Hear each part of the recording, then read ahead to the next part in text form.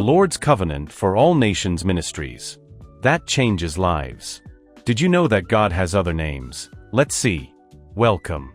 Today, we aren't just looking at titles, we are looking at a map of God's heart. In the ancient Near East, a name wasn't just a label, it was a revelation of a person's nature. When God revealed his name to humanity, he was giving us an invitation to know him. In Exodus 3, Moses asks God, "Who shall I say sent me?" God replies with the name Yahweh, or Jehovah.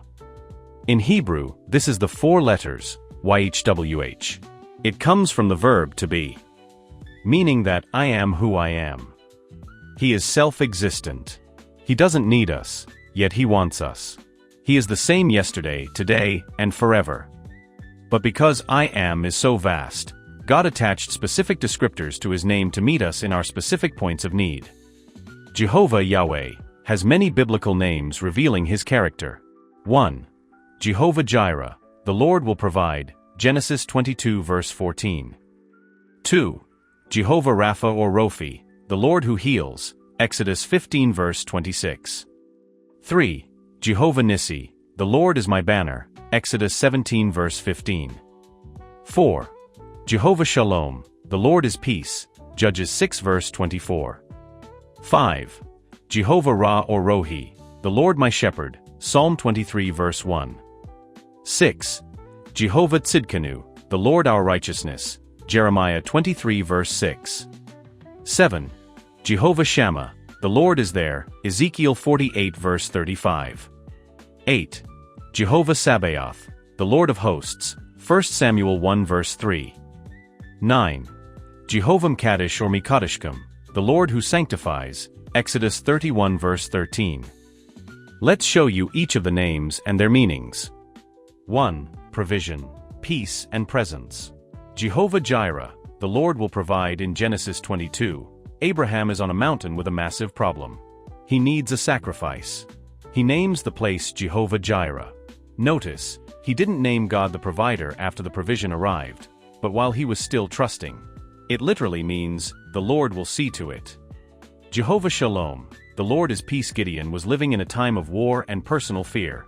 When God called him, Gideon built an altar and called it Jehovah Shalom. This isn't just the absence of noise, it is the presence of wholeness. You can have the storm outside, as long as you have the shalom inside.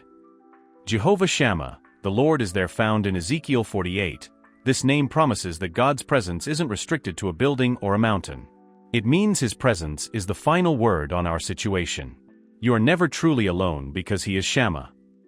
2. Victory, healing, and righteousness. Jehovah Nissi, the Lord my banner. In Exodus 17, Moses held up his staff during a battle. A banner, or standard, was a rallying point for an army. When you feel defeated, Jehovah Nissi is the flag you fly to say, the victory doesn't depend on my strength, but on the one I'm standing under. Jehovah Rapha, the Lord who heals. Exodus 15 tells us God is our physician. This applies to the body, but also the bitter waters of the heart. He is the God who repairs what life has broken. Jehovah Tsidkenu, the Lord our righteousness. From Jeremiah 23. This is a legal name. It reminds us that we don't have to be good enough on our own. He is our righteousness. He provides the standing we could never earn. 3. The Lord of hosts and final application. Jehovah Sabaoth, the Lord of hosts. This name appears over 250 times. It refers to the armies of heaven. It's the name used when the odds are stacked against us. It reminds us that there are spiritual resources at God's disposal that we cannot see with our physical eyes. Why the names matter. So why study these? 1. For prayer. When you are sick, pray to Rapha. When you are anxious, call on Shalom. 2. For identity. You are a child of the I Am. 3. For trust. You can't trust a stranger. By learning his names, he becomes a friend. The names of Jehovah are like a toolbox for the soul. No matter what you face this week, there is a name of God that covers it. He is everything you need, and he has already seen to it. Thanks for watching.